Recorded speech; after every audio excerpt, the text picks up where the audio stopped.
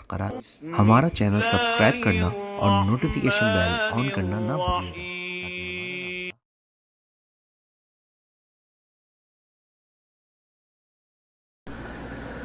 تاکہ ہمارا نجات کا لفظ جو میں نے استعمال کیا ہے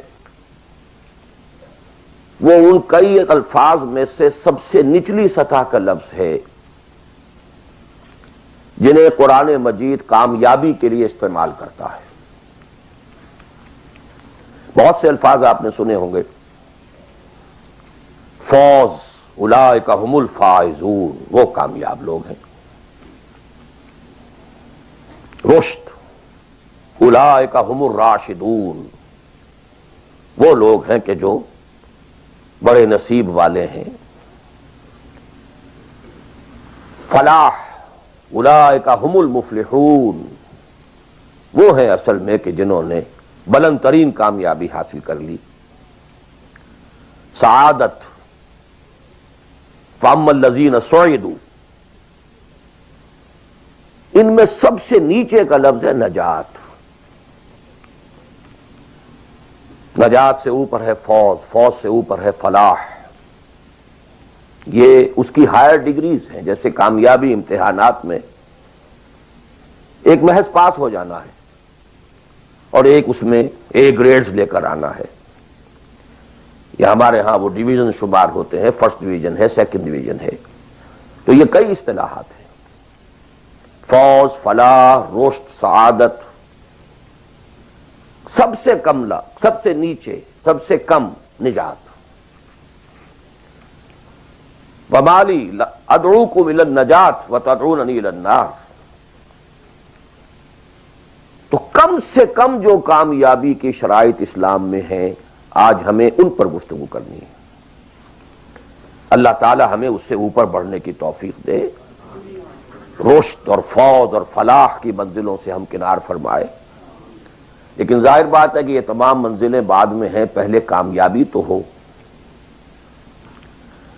جہاں تک اس نجات کی راہ کا تعلق ہے، اس کے موضوع پر کیونکہ قرآن مجید کی جامع ترین صورت جو اس لیول پر گفتگو کرتی ہے اور جامع ترین ہے وہ سورۃ العصر ہے۔ والعصر ان الانسان لفی خسر الا الذین آمنوا وعملوا الصالحات وتواصوا بالحق وتواصوا بالصبر۔ ثابت ہوا یہ بیس لائن ہے، اس سے نیچے تو نجات ہی نہیں ہے، وہ تو خسران ہے، ناکامی ہے۔ اللہ کا دین کا ایک ہی تقاضا ہے انسان سے، وہ تقاضا جس کے بارے میں ہم کہہ سکتے ہیں کہ 100 بات کی ایک بات،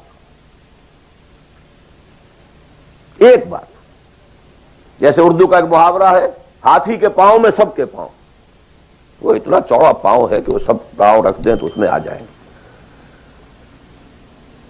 اس طریقے سے ایک بدو صحابی آئے تھے حضور سے، انہوں نے ایک سوال کیا تھا کہ مجھے کل دین کی بات ایک جملے میں سمجھا دیجئے۔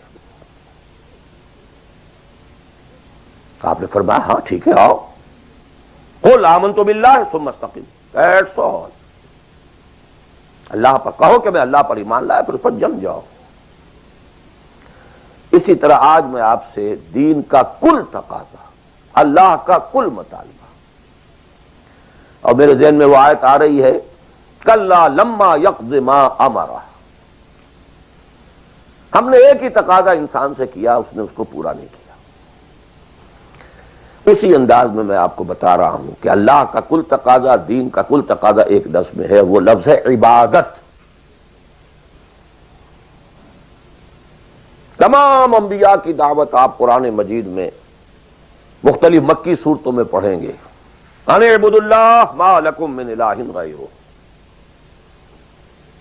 اللہ کی عبادت کرو، تمہارا اس کے سوا کوئی الہ، کوئی معبود نہیں۔ خود قرآن کی دعوت صرف اس فرق کے ساتھ کہ پہلے انبیاء کہتے تھے یا قوم اعبدوا اللہ، اے میری قوم کے لوگوں اللہ کی عبادت کرو، اللہ کی بندگی کرو۔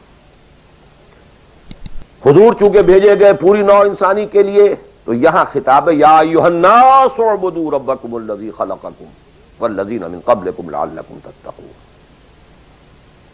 اے لوگو، اے بنی آدم، بندگی کرو، پرستش کرو اپنے رب کی جس نے تمہیں پیدا کیا۔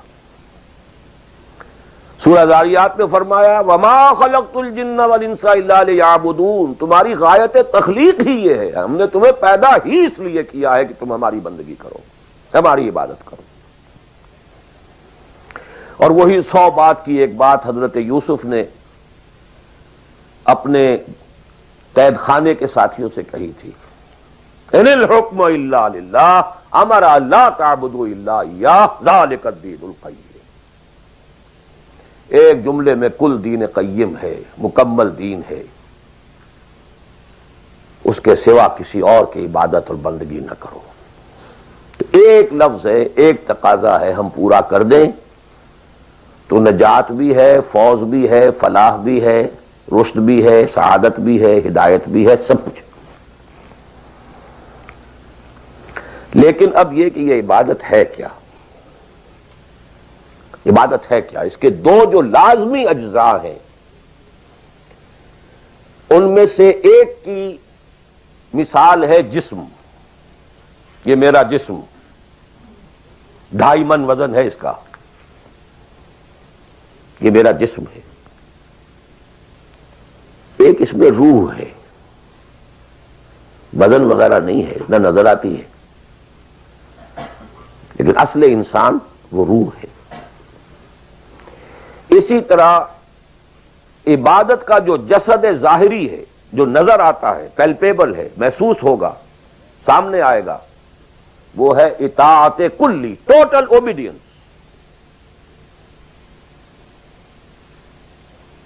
وداؤٹ اینی ریزرویشن، کوئی استثناء نہ ہو۔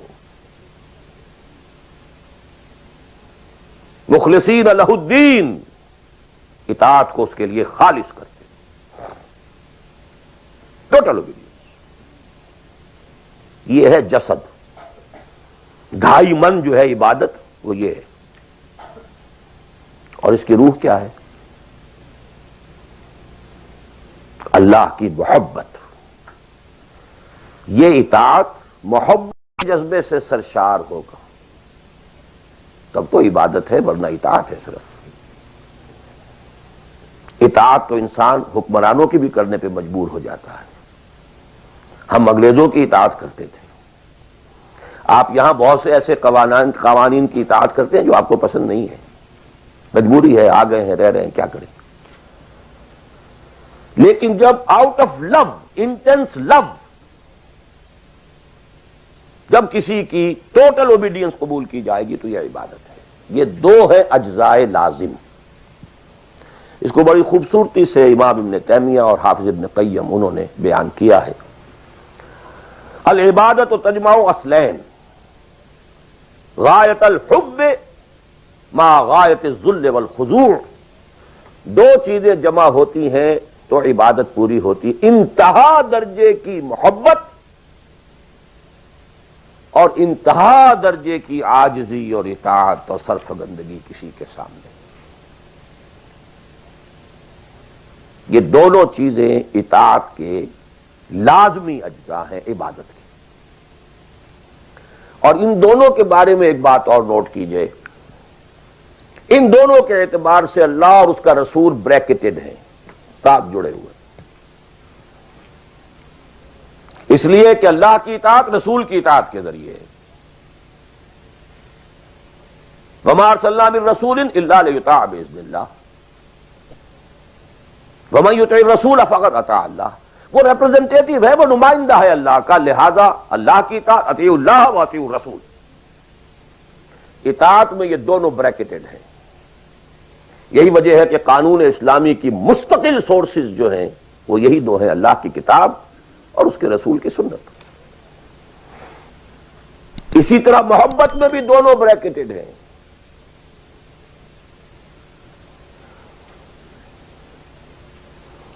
اللہ کی محبت، اس کے رسول کی محبت۔ والذین آمنوا اشد حبا للہ، شدید ترین، اشد۔ ایمان کا لازمی تقاضا یہ ہے کہ شدید ترین محبت آپ کے دل میں اللہ سے ہو۔